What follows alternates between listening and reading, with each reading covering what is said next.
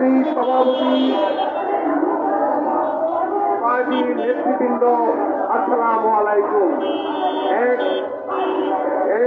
আজ শান্তিকালে ওনারা 20 দিন বেশ নামে যে অনুষ্ঠান করতে যাচ্ছেন, আমি জনতা পার্টিকে আমি ধন্যবাদ জানাই।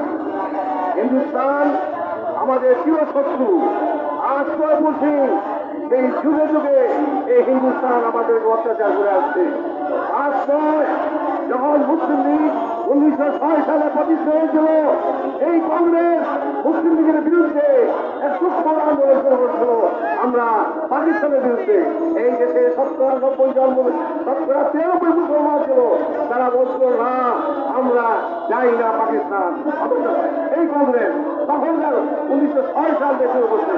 1940 সালে এই লাহোর প্রস্তাবে যখন এই দেশ হিন্দুস্তান এবং পাকিস্তান ভাগ হয়, তখন তারা বিরোধী করছিল। এবং সেই মহাত্মা গান্ধী, জওহরলাল নেহরু 1943 সালে বলছিল যে মুসলমানরা কোনো জাতি নয়, মুসলমানরা হিন্দুদের একটা অংশ। তখনই কায়দাজন মোহাম্মদ আলী জিন্না করেন এই যে টু নেশন থিওরি। 1947 সালে পাকিস্তান হওয়ার পর এই দেশ অগ্রগতি অনেক সমৃদ্ধ করেছে। তারপর এই যুগে যুগে বসে বসে এই হিন্দুস্তান আমাদের অত্যাচার করেছে। আমাদের প্রথমে 1931 সালে ভারতটা বাদ দেওয়া, 1975 সালে যা কার্যকর হয়েছে সেটা আমাদের ডুবে মারতে ছেলে। এখন উত্তরবঙ্গ খরাবয়ে পরিণত হয়েছে।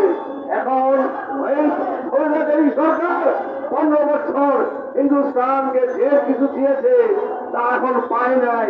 এখন আমাদের পিছনে রেখেছে কি, যেখানে মুসলমান এই 20 বছর 30 বছর আসামে, গুজরাটে মাঝখানে স্থাপন করেছিল, তাদেরকে ধরে ধরে পুরস্কৃত করে বাংলাদেশে পাশ করেছে এবং হিন্দুস্তানের মুসলমানদের তারা পুরস্কৃত করা হচ্ছে।